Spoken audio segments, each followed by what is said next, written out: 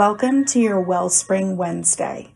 My name is Sara, a certified trauma recovery coach with Full Circle Wellspring. There is no one-size-fits-all healing process designed for trauma survivors. The truth is, each of us has to individually tap into our inner wellspring to find a regimen that works. These episodes are dedicated to finding, exploring, and using those inner resources that I believe all survivors have in order to live their best healed life. Let's get started.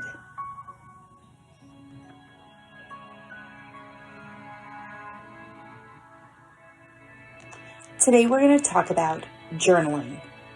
For trauma survivors, we can often be caught in our head. We analyze, quietly observe, and examine people and places and things due to hypervigilance.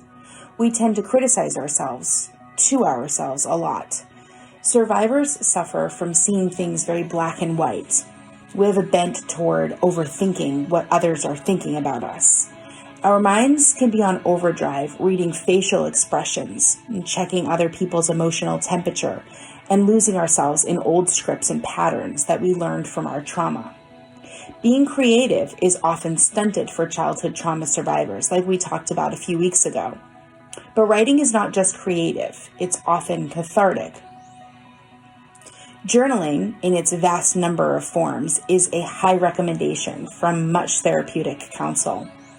The idea of getting thoughts out on paper, writing a letter to your abuser and then burning it, allowing your mind to have an outlet for all of its over-analytic tendencies, and having a space to write down your growth and struggle points, without anything but your own inner resource of your mind, and a writing tool and paper, this is a beautiful way to find an outlet for your grief and put your trauma into a new perspective.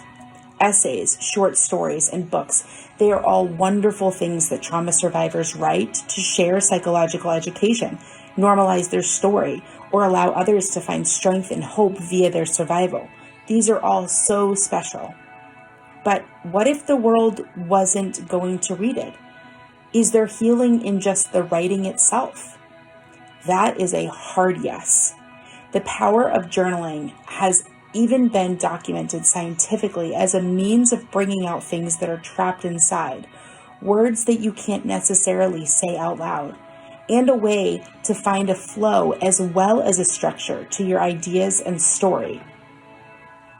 I personally love journaling about my day, my emotions, quotes that I hear, revelations that I get throughout the day, small wins of what I call jubilation moments, and hardships that I endured. I do this throughout the day on a small app called Grid Diary. This app allows you to set out your own daily writing prompts, and then I just put a few sentences in each box every day. I also have a longer diary-style journal that I write all kinds of things in. This is a place to get out frustrations, work out my social anxieties, talk to myself, talk to a future generation that probably will never read it, talk about my insecurities, write out ideas, hopes, dreams, so much more. I also highly believe in gratitude lists as well. This is where you write out things that you're thankful for with no endpoint, no counting, just writing and writing, blessing after blessing. I also have an anonymous blog out there lost in the interweb where I write out all my really angry thoughts to the people who have hurt me the most without anyone knowing they are my words.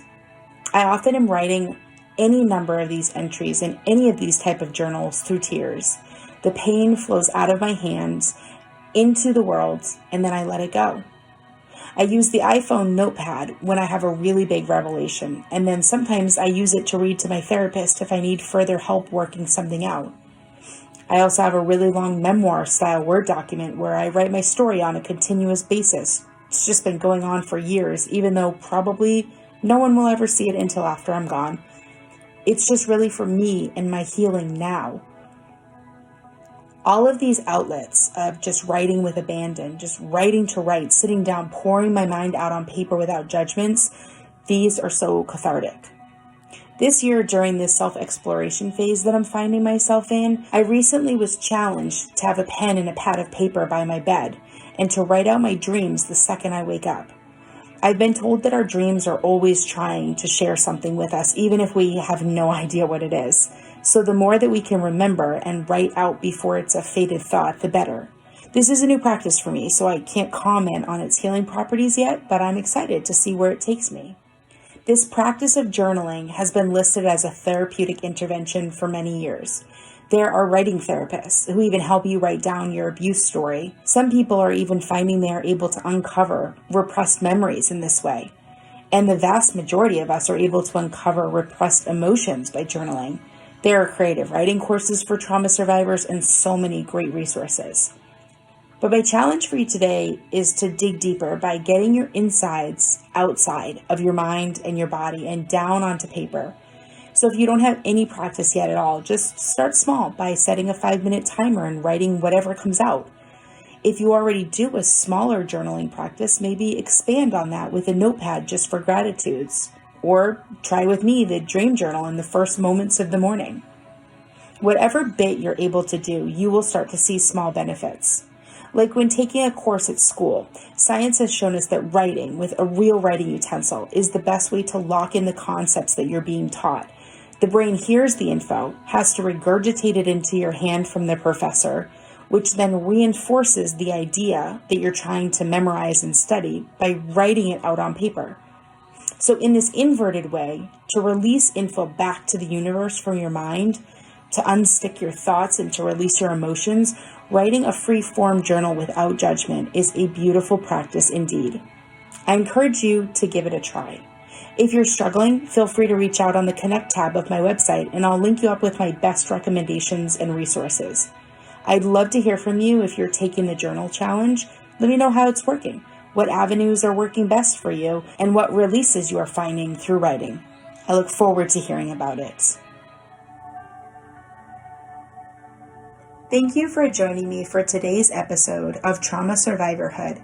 This has been written and created by your host, Sara, a trauma recovery coach. For more info about me, trauma recovery resources, or to check out our support groups, classes, free survivor circles, private coaching, and more, visit www.fullcirclewellspring.com. Schedule a complimentary 20-minute discovery call to see if coaching is right for you. For the latest info on schedules and updates, follow us on Facebook at Full Circle Wellspring. All other media, social links, blogs, and show notes are posted in the episode guide below. Until next time, be well, survivors.